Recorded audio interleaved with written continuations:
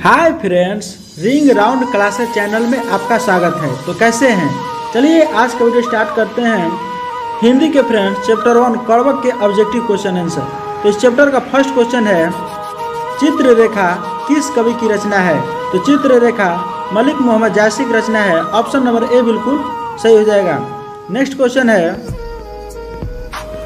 जायसी का जन्म स्थान है। तो जायसी का जन्म स्थान फ्रेंड्स ठीक है जायस कब्र अमेठी में है। ऑप्शन नंबर सी बिल्कुल सही हो जाएगा।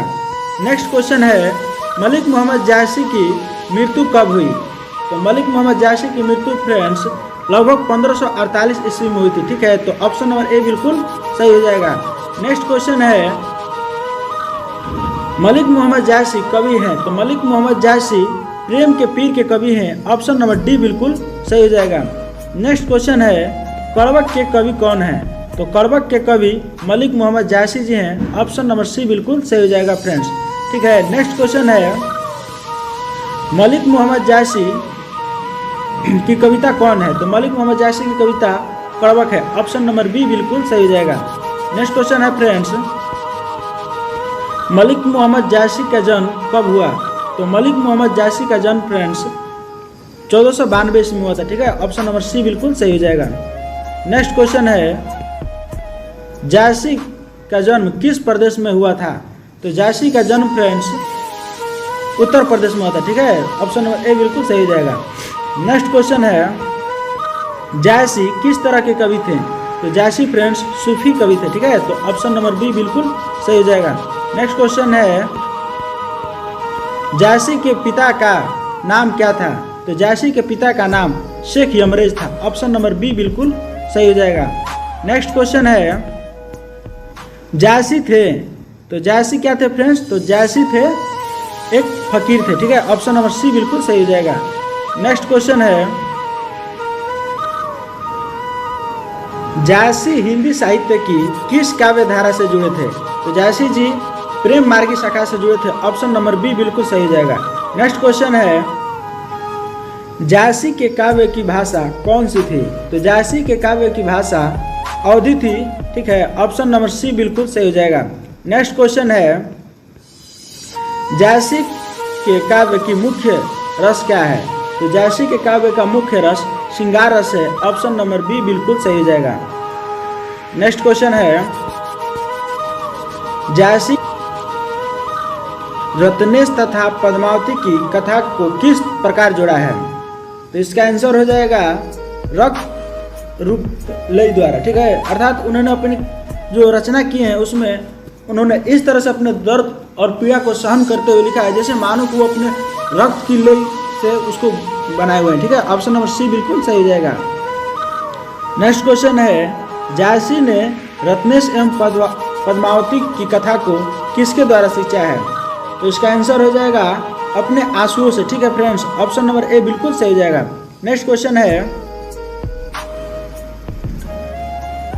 निम्न में कौन कृति जायसी की नहीं है? ठीक है, तो इसका आंसर हो जाएगा भक्तमाल। ऑप्शन नंबर डी बिल्कुल सही हो जाएगा फ्रेंड्स, भक्तमाल। नेक्स्ट क्वेश्चन है, जायसी का काव्य किस प्रकार गंभीर एवं व्यापक है?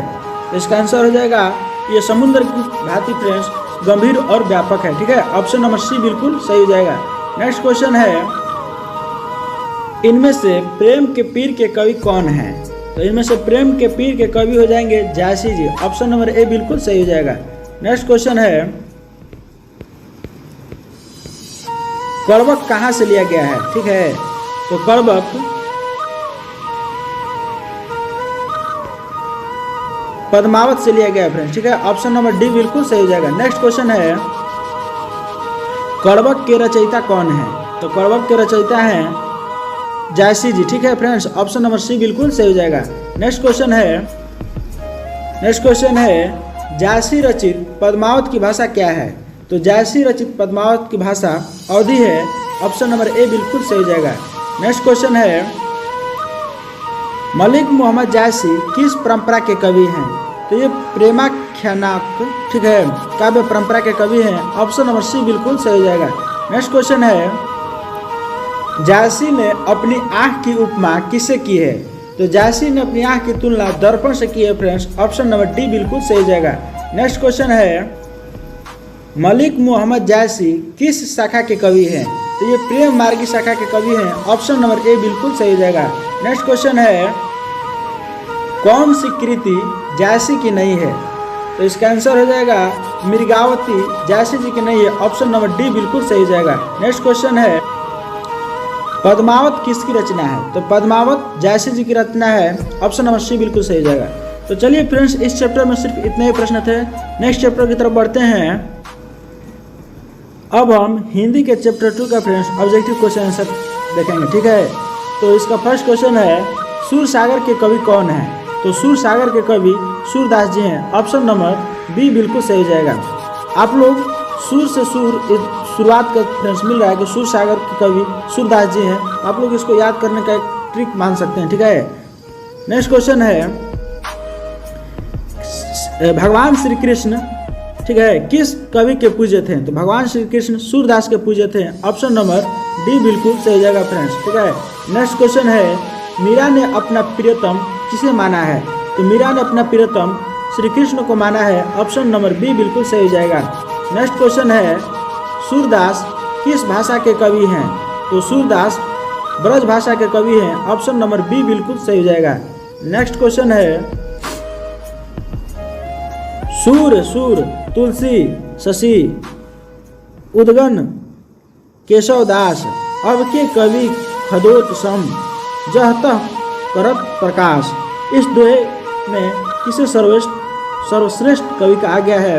इस दोहे में फ्रेंड्स सूरदास जी को सबसे सर्वश्रेष्ठ कवि कहा गया है, ठीक है। तो ऑप्शन नंबर ए बिल्कुल सही हो जाएगा। नेक्स्ट क्वेश्चन है, सूरदास का जन्म कब हुआ था?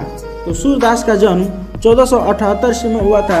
इनका कोई प्रमाणित मतलब कि जन्म तिथि नहीं है, तो इसलिए इसको एक लगभग में मान ले, लगभग में रिसर्च पर पता चला है कि 1478 ईस्वी में हुआ था, ठीक है। तो ऑप्शन नंबर बी बिल्कुल सही हो जाएगा। नेक्स्ट क्वेश्चन है, सूरदास का निधन कब हुआ था? तो सूरदास का निधन 1583 ईस्वी में हुआ था। ऑप्शन नंबर सी बिल्कुल सही हो जाएगा। नेक्स्ट क्वेश्चन है, सूरदास का जन्म कहाँ हुआ था? तो सूरदास का जन्म दिल्ली के निकट, ठीक है, सिही नामक ग्राम में हुआ था। ऑप्शन नंबर डी बिल्कुल सही हो जाएगा। नेक्स्ट क्वेश्चन है, खाली जगह को भरे कछुक खात कछुक धरनी गिरावत, ठीक है, डैश निरक्ति नंद रनिया। तो इसका आंसर हो जाएगा छवि, ठीक है, ऑप्शन नंबर सी। जब नंद जी खाना खाते हैं फ्रेंड्स, उस समय उनकी जो छवि बनती है उसको नंद रनिया क्या करते हैं? निरखती है, ठीक है, देखती है। देखने से मन ही नहीं भरता, वो इतना आकर्षक सुंदर दृश्य होता है, ठीक है। नेक्स्ट क्वेश्चन है, सूरदास की अभिरुचि किस काम में थी? तो सूरदास की अभिरुचि पर्यटन में भी थी, ठीक है, सत्संग में भी थी और कृष्ण भक्ति एवं वैराग्य में भी थी फ्रेंड्स। इसलिए इसका आंसर हो जाएगा उपयुक्त सभी। ऑप्शन नंबर डी बिल्कुल सही हो जाएगा। नेक्स्ट क्वेश्चन है, सूरदास के दीक्षा गुरु कौन थे? ठीक है, ये 2020 में आया हुआ प्रश्न है। तो सूरदास के दीक्षा गुरु महाप्रभु वल्लभाचार्य जी थे, ठीक है, ऑप्शन नंबर ए बिल्कुल सही हो जाएगा। नेक्स्ट क्वेश्चन है, सूरदास का व्यक्तित्व कैसा था? तो सूरदास का व्यक्तित्व फ्रेंड्स, जन्म से अंधे थे ये और बड़े होने पर दोनों आंखें जाती रही धीरे धीरे, मतलब कि अब आंखें कमजोर हो गए थे, ठीक है।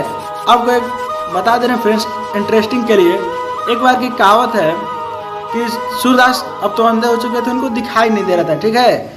और आप लोग तो पता है कि जो पंडित लोग होते हैं वो पूरी के लिए ज़्यादा मतलब कि ललायित होते हैं, ठीक है, कहा नहीं जा सकता। फिर भी मान लीजिए एक बार उनके गांव में कोई फंक्शन था, ठीक है, तो उनके बगल का एक लड़का बोला कि दादा आप भी चलिएगा, आप पूरी खाने जाना है, वहाँ पर सब लोग जा रहे हैं। तो वो बोले कि बाबू अब तो हमको दिखाई नहीं देता है, तुम लोग को जाना है तो चले जाओ। वो बोला कि चलिए कोई बात नहीं, दिखाई नहीं देता है ना, जब पतल दिलाएगा तो हम बोले एक बार खासेंगे तो समझ जाइएगा कि पतल मिल गया, ठीक है, और जब हम 2 बार खासेंगे तो समझ जाइएगा कि पतल में खाना मतलब कि परोसा चुका है, और जब हम तीसरी बार बोलेंगे खासेंगे मतलब कि, तो आप समझ जाइएगा कि अब खाना स्टार्ट हो गया और आप खाने लगिएगा, ठीक है। तो वैसा ही हुआ और सूरदास जी चले गए।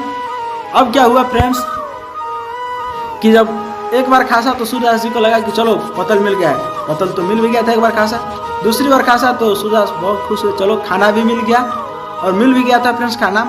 तीसरी बार जब वो खासने का प्रयास किया उस समय उसके खांसी इतना न कबर गई कि अब सूरदास जी जो थे एडवांस सोच लिए थे। वो ये सोच लिए थे कि लगता है कि भगदड़ मच गई है, ठीक है, और चलो यहाँ से भागो। और वो क्या किए कि वहाँ से उठ करके लगे भागने। यहाँ पर मान लीजिए फ्रेंड्स, सारे पंक्ति में इस तरफ से लोग बैठे हुए हैं खाना खाने के लिए, ठीक है, हम आपको एग्जाम्पल के लिए बना दे रहे हैं। अब ये क्या किए कि यहाँ पर खड़े हुए और यहाँ से दोनों पैर लेके लगे भागने। सबके यहाँ पर जितने भी खाना थे इस तरफ से फ्रेंड्स, सबके खाना कचट दिए। तो आप लोगों को क्लियरली समझ में आ जाए, यही कहने वाला कि उनकी दोनों आंखें चली जाती रही, मतलब कि बूढ़े होने पर, ठीक है। ये मृदुल, विनम्र और निर्भिमानी भावुक व्यक्ति थे, अंतर्मुखी स्वभाव के विरक्त महात्मा थे, ठीक है। तो ये सभी के सभी उनका व्यक्तित्व सूट करता है। तो ऑप्शन नंबर डी बिल्कुल सही जगह फ्रेंड्स। नेक्स्ट क्वेश्चन है, सूरदास की कृतियों के नाम बताएं। तो सूरदास की कृतियाँ थी सूरसागर, इन्हीं की रचना है, ठीक है। साहित्य लहरी भी इन्हीं की रचना है। राधा रसकेली या सूर सरावली, ये सभी के सभी इनकी रचना है। ऑप्शन नंबर डी बिल्कुल सही जाएगा फ्रेंड्स। नेक्स्ट क्वेश्चन है, सूरदास किस काल के कवि थे। तो सूरदास मध्यकाल के कवि थे फ्रेंड्स। ऑप्शन नंबर ए बिल्कुल सही हो जाएगा। नेक्स्ट क्वेश्चन हो जाएगा, ब्रज भाषा की विशेषता क्या थी। तो ब्रज भाषा की विशेषता थी कि इसमें कोमलता देखने को मिलती थी, लालित्य, माधुर्य, अर्थात ये सभी देखने को मिलती थी फ्रेंड्स। ऑप्शन नंबर डी बिल्कुल सही हो जाएगा। नेक्स्ट क्वेश्चन है, खाली जगह को भरें। सूरदास जब अपने प्रिय विषय का वर्णन करते हैं तो मानो, ठीक है, हाथ जोड़कर उनके पीछे दौड़ा करता है। इसमें किस अलंकार का प्रयोग हुआ है। तो इसमें अलंकार शास्त्र है, ठीक है फ्रेंड्स। ऑप्शन नंबर बी बिल्कुल सही हो जाएगा। नेक्स्ट क्वेश्चन है, सूरदास ने शिक्षा कैसे ग्रहण की। तो सूरदास ने स्वाध्याय द्वारा ज्ञान अर्जन किए, ठीक है, काव्य रचना किए, संगीत का विशद ज्ञान एवं अभ्यास, विशाल लोक ज्ञान था उनके पास, ठीक है। ये सभी उपयुक्त सभी। ऑप्शन नंबर डी बिल्कुल सही हो जाएगा फ्रेंड्स। नेक्स्ट क्वेश्चन है, सूर के काव्य के 3 प्रधान विषय क्या है। तो सूर के काव्य के 3 प्रधान विषय विनय भक्ति हैं, ठीक है, और वात्सल्य भी है, प्रेम श्रृंगार भी है। तो ये उपयुक्त सभी हो जाएगा फ्रेंड्स। ऑप्शन नंबर डी बिल्कुल सही हो जाएगा। नेक्स्ट क्वेश्चन है, सूर के पद किस पुस्तक से लिए गए हैं। तो सूर के पद सूरसागर से लिए गए हैं, ठीक है। ऑप्शन नंबर ए बिल्कुल सही हो जाएगा। नेक्स्ट क्वेश्चन है, कन्या का क्या अर्थ है। तो कन्या का अर्थ यहाँ पर गोद से है। ऑप्शन नंबर डी बिल्कुल सही हो जाएगा। नेक्स्ट क्वेश्चन है फ्रेंड्स, चलिए इस चैप्टर में सिर्फ इतने प्रश्न थे। नेक्स्ट चैप्टर की तरफ बढ़ते हैं। अब हम हिंदी के चैप्टर 3 का फ्रेंड्स ऑब्जेक्टिव क्वेश्चन आंसर करेंगे, ठीक है। इस चैप्टर का फर्स्ट क्वेश्चन है, विनय पत्रिका की भाषा है। तो विनय पत्रिका की भाषा अंतर्वेदी ब्रज भाषा है फ्रेंड्स। ऑप्शन नंबर डी बिल्कुल सही हो जाएगा, ठीक है। नेक्स्ट क्वेश्चन है, तुलसीदास कैसे कवि माने जाते हैं। तो तुलसीदास फ्रेंड्स समन्वयवादी कवि माने जाते हैं। ऑप्शन नंबर डी बिल्कुल सही हो जाएगा। ये 2019 के एनुअल एग्जाम में आया हुआ प्रश्न है। तो आप लोग ऐसे प्रश्नों को क्लियरली समझ लीजिए फ्रेंड्स, क्योंकि हम आप लोग को बहुत इंपॉर्टेंट प्रश्न ही कराने जा रहे हैं। इसलिए हर चैप्टर में कम ही प्रश्न है जो आने की दृष्टि से, ये नहीं कि मार्क कुछ ज़्यादा पर ज़्यादा परोस दिए हैं, उसमें से जब 2 ही को आना है तो इम्पोर्टेंट पढ़िए फ्रेंड्स, झूठ मूठ के। नेक्स्ट क्वेश्चन है, तुलसीदास के दीक्षा गुरु थे, ठीक है। तो तुलसीदास के दीक्षा गुरु नरहरिदास जी थे, ठीक है, नरहरिदास थे, ठीक है। तो ऑप्शन नंबर बी बिल्कुल सही जाएगा फ्रेंड्स। नेक्स्ट क्वेश्चन है, तुलसीदास किस काल के कवि हैं। तो तुलसीदास आधुनिक काल के कवि हैं। ये 2019 के एग्जाम में भी आया था फ्रेंड्स, ठीक है। तो ऑप्शन नंबर ए बिल्कुल सही हो जाएगा। नेक्स्ट क्वेश्चन है, साहित्य लहरी किनकी रचना है। तो साहित्य लहरी सूरदास की रचना है फ्रेंड्स। ऑप्शन नंबर बी बिल्कुल सही हो जाएगा। ये 2018 के एनुअल एग्जाम में आया क्वेश्चन है, ठीक है। नेक्स्ट क्वेश्चन है, कवितावली के रचनाकार हैं। तो कवितावली के रचनाकार तुलसीदास जी हैं। ऑप्शन नंबर बी बिल्कुल सही हो जाएगा। ये 2018 और 2020 में आया हुआ प्रश्न है। हम आपको बता दें फ्रेंड्स कि क्वेश्चन बैंक से लगभग हर साल 60% प्लस क्वेश्चन पूछता है। तो आप लोग क्वेश्चन बैंक अच्छे से क्लियर कर लीजिए। इसलिए हम क्वेश्चन बैंक के इस ऑब्जेक्टिव में भी कुछ क्वेश्चन लाए हैं। हम आप लोग को क्वेश्चन बैंक भी कराएंगे फ्रेंड्स, आप लोग केवल चैनल पर कंटिन्यू बने रहे। नेक्स्ट क्वेश्चन है, कविता करके तुलसी न लसे, कविता लसी पा तुलसी की कला, ठीक है। ये पंक्तियाँ किसको अमर बनाती हैं। तो ये पंक्तियाँ तुलसीदास एवं कविता को अमर बनाती है फ्रेंड्स। ऑप्शन नंबर ए बिल्कुल सही हो जाएगा। ये 2018 के एनुअल एग्जाम में आया क्वेश्चन है। नेक्स्ट क्वेश्चन है, तुलसीदास का जन्म कब हुआ था? तो तुलसीदास का जन्म 1543 ईस्वी में हुआ था। ऑप्शन नंबर बी बिल्कुल सही हो जाएगा। नेक्स्ट क्वेश्चन है, तुलसीदास का जन्म कहाँ हुआ था? तो तुलसीदास का जन्म राजापुर बांदा उत्तर प्रदेश में हुआ था। ऑप्शन नंबर सी बिल्कुल सही हो जाएगा। नेक्स्ट क्वेश्चन है, तुलसीदास का मूल नाम क्या था? तो तुलसीदास का मूल नाम राम बोला था। फ्रेंड्स आप लोग याद कर लीजिएगा, ये बहुत ही इंपॉर्टेंट प्रश्न है, कोई भी आपसे राह चलते हुए भी पूछ देता है, तो इसलिए इसका ऑप्शन नंबर डी बिल्कुल सही हो जाएगा। नेक्स्ट क्वेश्चन है, तुलसीदास के माता पिता का नाम क्या था? ठीक है, तो ये 2018 और 20 में इंपॉर्टेंट प्रश्न है। तो इनके माता और पिता का नाम हुलसी एवं आत्माराम दुबे था। ठीक है, माता का नाम हुलसी एवं पिता का नाम आत्माराम दुबे। तो ऑप्शन नंबर ए बिल्कुल सही हो जाएगा फ्रेंड्स। नेक्स्ट क्वेश्चन है, तुलसीदास की पत्नी, ठीक है, का क्या नाम था? तो तुलसीदास की पत्नी का नाम रत्नावली था फ्रेंड्स। ऑप्शन नंबर बी बिल्कुल सही हो जाएगा। नेक्स्ट क्वेश्चन है, खाली जगह को भरे पेट भरी तुलसी ही जवाइए डैश सुधा सुनाजू। ठीक है, तो यहाँ पर क्या भरा जाएगा? यहाँ पर भक्ति फ्रेंड्स। ऑप्शन नंबर सी बिल्कुल सही हो जाएगा। नेक्स्ट क्वेश्चन है, तुलसीदास की शिक्षा कहाँ से मिली? तो तुलसीदास की शिक्षा चारों वेद से मिली, षड दर्शन, ठीक है, और इतिहास, पुराण, स्मृति, काव्य, इन सब से उन्होंने शिक्षा प्राप्त की। तो ये उपयुक्त सभी हो जाएगा फ्रेंड्स। ऑप्शन नंबर डी बिल्कुल सही हो जाएगा। नेक्स्ट क्वेश्चन है, तुलसीदास ने घर का परित्याग क्यों किया? तो तुलसीदास ने अपने घर का परित्याग पत्नी के प्रेम से किया। ठीक है, ऑप्शन नंबर ए बिल्कुल सही हो जाएगा। आप लोगों को बता दें फ्रेंड्स कि एक बार की कहावत है, तुलसीदास की जो पत्नी थी ये अपने मायके चली गई थी। ठीक है, तो इनको अपनी पत्नी की याद सताने लगी, तो ये क्या किए, उस समय रात्रि के करीबन, ठीक है, 12 बजे, उस समय बहुत ज़्यादा तेज वर्षा हो रही थी। उस वर्षा में इन्होंने, बताइए, पंडित लोग कहा जाता है कि बहुत ज़्यादा डरपोक होते हैं, रात में भूत प्रेत से बहुत ज़्यादा इन लोगों में विश्वास करते हैं, इसलिए वो डरते भी हैं।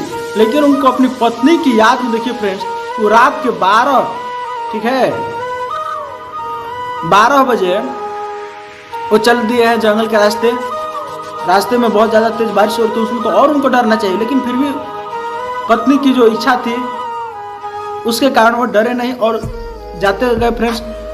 रास्ते में उनको एक नदी मिली। ठीक है, नदी में इनको तैरने तक नहीं आता था।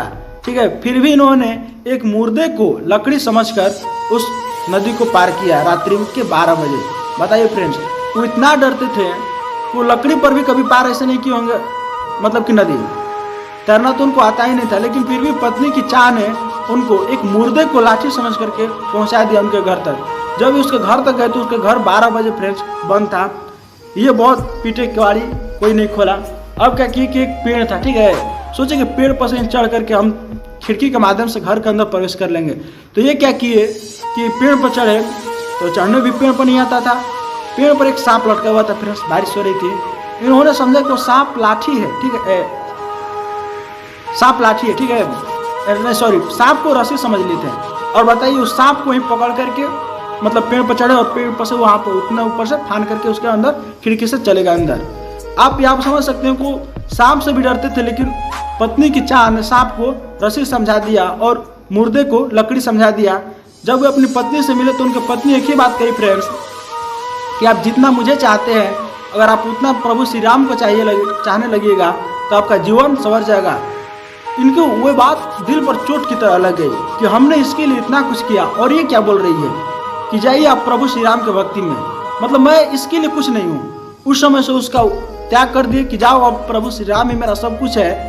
ठीक है, और उस समय से वे रामायण आदि सब ग्रंथ की रचना करने लगे फ्रेंड्स। तो आज तुलसीदास को सब लोग जानते हैं, क्योंकि ये जो थे पत्नी के प्रेम से क्या हुए थे, ये फटकार से ये संत बन गए। ठीक है, नेक्स्ट क्वेश्चन है, तुलसीदास का स्वामी निवास किस जगह था? तो तुलसीदास का स्वामी निवास जगह फ्रेंड्स काशी में था। ऑप्शन नंबर बी बिल्कुल सही हो जाएगा।